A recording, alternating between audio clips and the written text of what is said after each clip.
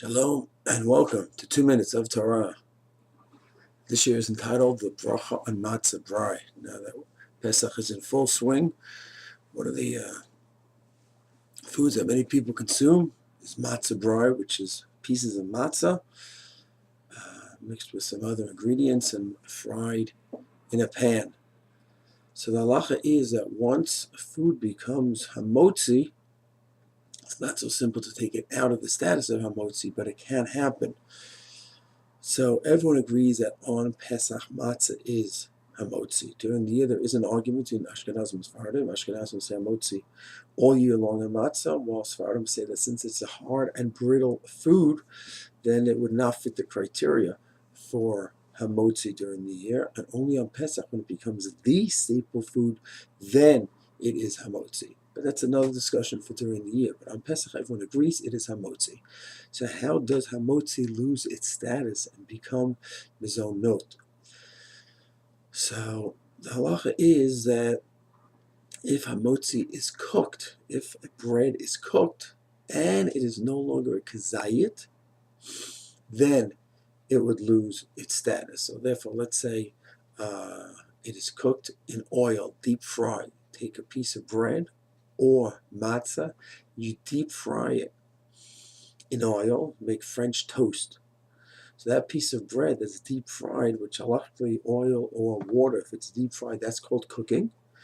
If it's less than a kazayit, then it becomes mizono, and if it is still kazayit, it is hamotzi. It becomes mizono once it's less than a kazayit and it's deep fried, cooked, because then it's considered a tavshil. A tavshil is mizono. It's a cooked food and it's no longer hamotzi. What if something is fried? So fried's tricky because when it's fried in a pan, it's not cooked. It's totally submerged in oil. So it's an argument among the poskim, which the Brai brings down different opinions when something is fried. Now, the poskim clarify there's not an argument when someone just uses a spray in the pan. That's not fried. That's nothing. So if someone just puts a little spray in the pan so the pan doesn't burn, the matzah hasn't been changed at all. And the French toast hasn't been changed at all. And even a little tiny piece of French toast will still be hamotzi. But what if there's a layer of oil where the food is not submerged, not the French toast and not the matzah? It just adds taste. It gives a nice taste to the food, but it's not submerged in the oil. That's tigun, that's frying. So then the halacha is, if the pieces, or at least even one piece, is still kazayit, then it's hamotzi. You say hamotzi on that, it covers all the other pieces of French toast or the matzah brai. But it's no longer, there's no piece that is a kazayit.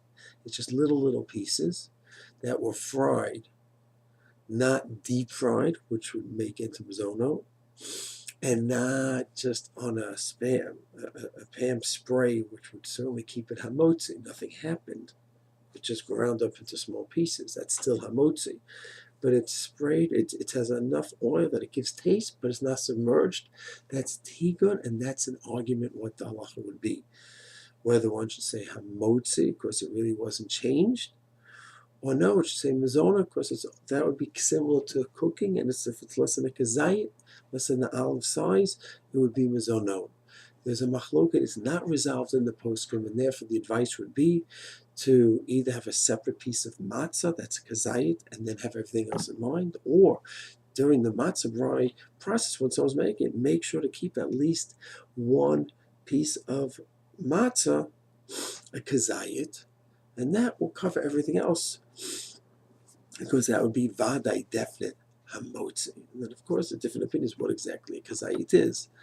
Some will say a fifth of a machine matzah is a kazayit. Some will say a third. Some say kazayit is just literally a kazayit. It could be even less than that. That's different opinions, and that's not for now. So that would be the approach to matzah brai, that if there was some level of frying, make sure you have a piece of matzah that's kazayit, say hamotzi on that, and that will cover everything else.